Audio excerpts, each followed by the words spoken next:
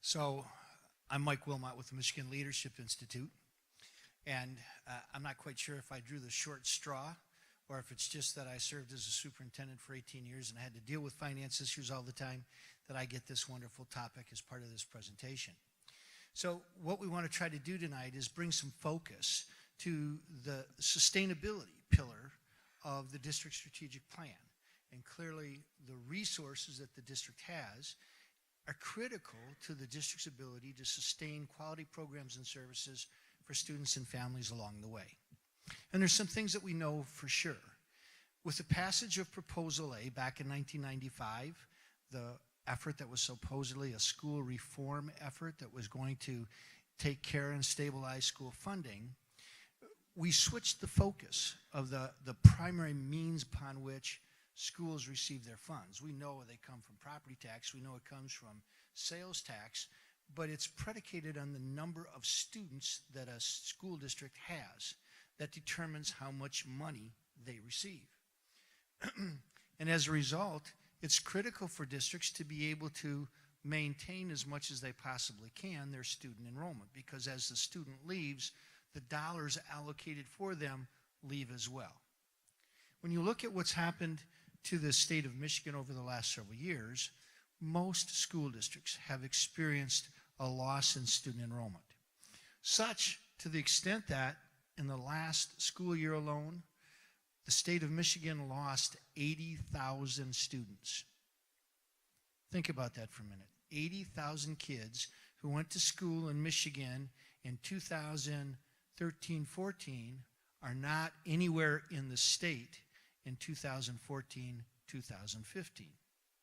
And if you look at the revenue that goes with that 80,000 kids, multiply about $7,800 times 80,000 and you'll see what the impact to the state's budget for public schools was. Unfortunately, those dollars were not reallocated to the remaining schools. They were reallocated to other parts of the state budget.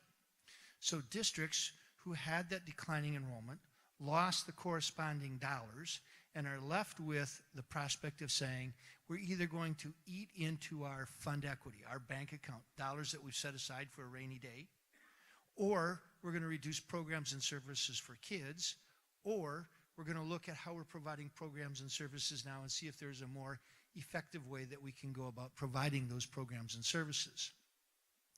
When you look at what's happened across the state with that loss of enrollment and the lack of dollars coming from Lansing to support existing programs and services, most districts have had to take some pretty drastic measures to look at how they're going to balance their budget and maintain the sustainability of their existing district.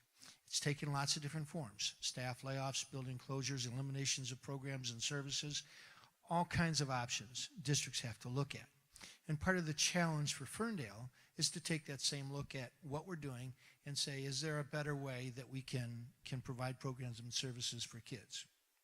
When you look at cohort, you look at 10 districts here in Oakland County that are comparable in size and resource to Ferndale. And what you'll see is in that very first column, per student spending, that Ferndale ranks in the top 3 within that cohort, within the county, which means the dollars that are coming into the district are being expended on behalf of programs for kids and families across the way. Exactly which programs is a question. When you look at the state aid per dollars per student, what you'll see is that Ferndale is about in the middle of the pack. They, out of the 10 districts, I think they rank 5 from the top, which means other districts, many other districts, about half of them in this cohort, have more resources per student to educate their kids. Joanne talked with you a little bit about some of the academic gaps that we've found in some of the schools. A key to being able to address them is to have the financial resources that allows districts to do the kinds of professional development, to hire the kind of staff, to continue to look for innovative programs and services that we can provide that will boost student academic achievement. When you look at the ACT score, the ACT test, it was a test that for a long time was administered to those who sought placement in four-year universities across the country. The state of Michigan several years ago adopted that as a measure of student performance at the high school level. And for a long time, they used that measure, and they looked at that average ACT score. Now, the ACT was predicated on students taking college prep courses. And to the extent that students were never exposed to college prep courses, they were at a significant disadvantage as they took that ACT. We hear a lot about how ACT scores have fallen or remained stagnant over time. If one were to go back and look at the peak year of student performance for the ACT back in the late 70s, what you would find is that a very, very small percentage of the students wrote that test. Almost nobody wrote that test because the number of kids who were going directly from high school to four-year universities at that time wasn't as high. So what we've done now is we said everybody's going to take that test, whether they've had the courses to prepare them for it or not. As a result, Ferndale comes up with a composite score of 19. If you include the DLC, that number drops to 17, the Digital Learning Center. If you just look at kids from Ferndale High School, 19, they're going to be very, very much in the average range of those 10 districts. Nothing that stands out particularly strong, nothing that's particularly weak, but an area that just says we're in the middle. When you look at the percentage of free and reduced, again, Ferndale winds up pretty much in the middle of the pack. No big differences there one way or the other. And when you look at the enrollment, Ferndale winds up within that group of 10 districts at about the fourth highest level. There are several districts that are smaller. There are a few districts that are larger. And again, the number of students determines the number of dollars that a district receives. So when you look at that cohort, yes, ma'am. I don't know the answer to that. I don't know that. And just so that people know, a hold harmless district is a district that levied more local property tax, generated more money than the basic state aid formula would guarantee. And so under Proposal A, a certain number of those districts were allowed to continue to levy that excess millage to draw that money in. And whether Lamphere falls into that district or not, I don't know for sure. I think they probably do, but I don't know that for sure. Go back a slide? Sure. I'm sorry. So this is a graph that looks at the expenses. We showed you the chart that said expenses per student. This is that same chart in graphic form. And if you look at the blue line is Ferndale. The green line is the average of the other 9 school districts. And the yellow line at the bottom is the state average of all 530 whatever school districts that there are in the state of Michigan right now. And so what you'll see is that throughout that time frame, the expenditures that are being made in Ferndale exceed the expenditures being made in the average of the other 9 school districts by a fairly significant number. When you start talking $300 or $400 a kid, that's a lot of money. And when you look at the state average, you'll see that we're fairly well above the state average. Now, I would need to tell you that there's a lot of discrepancy across the state. There are regions at the state where the cost of doing business is much higher than it is in other areas. For example, the cost of health care here in Southeast Michigan is significantly higher than it is anywhere else in the state. And so districts who have to provide health care benefits for their employees here in Southeast Michigan are going to wind up spending a larger portion of the dollars they get to cover that health care. So we're spending more than the average of the other comparison districts. When we look at the revenue, you'll see the history here, and you can see that for the initial time frame through 2008, 2009, we followed pretty much a common track with that cohort.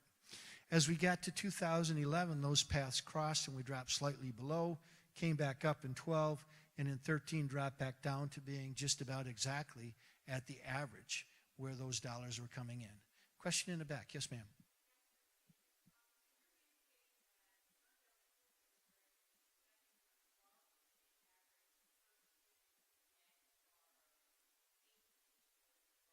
That's right. And I'll show you why in just a minute, why that exists. There's an explanation for that. So here's the cohort revenue. Here's the fund equity. you can see that the state average, and the chart is kind of upside down. The bottom of the chart, I believe, is better than the top of the chart. The bottom line is that when you follow that line and see the trend that the fund equity has been going in the last several years, the money that the district has in their savings account to cover for unanticipated expenses is on the decrease. And as you move forward into the future, this is what the projections on that fund equity look like. When you look at 2008, the district had just under $2.5 million. As we get to 2014, we're at about $2,269,000. It's a decrease of about $815,000 from the preceding year.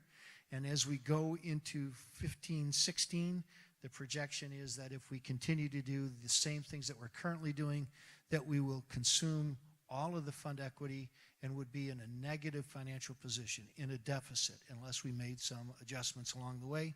And by the time we would get to 2016, 2017, we'd be almost $2.5 million in deficit. At the point at which a district goes into deficit, and there are more districts winding up in that spot because of the lack of fund and the loss of students, the state mandates that the district must complete a deficit elimination plan that would show the state how they're going to eliminate that deficit within a 2-year period of time. Because you don't have the flexibility to increase your revenues locally, the only option is to look at reducing your expenses. You had another question in the back? Sure.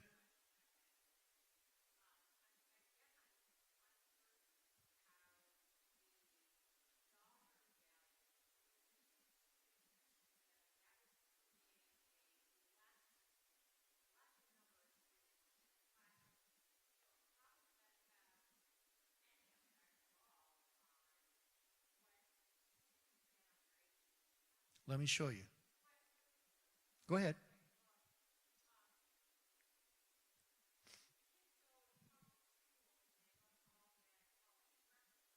Right.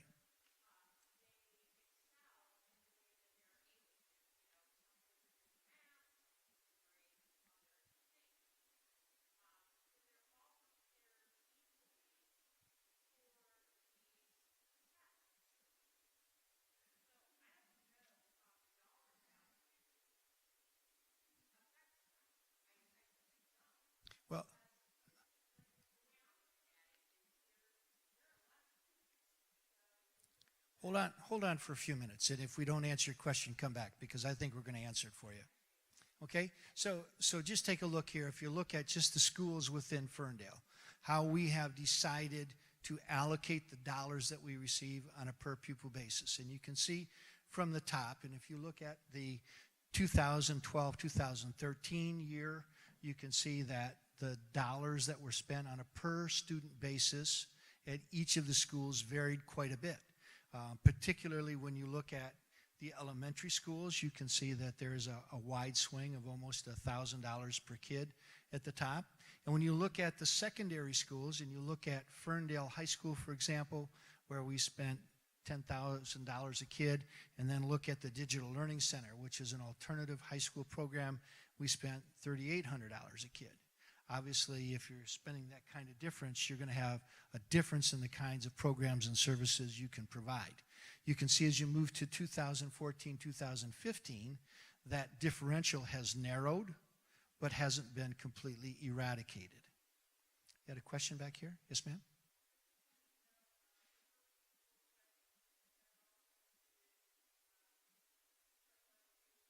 Yep.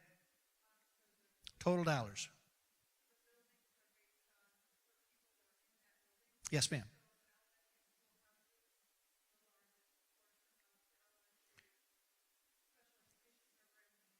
That could have an effect.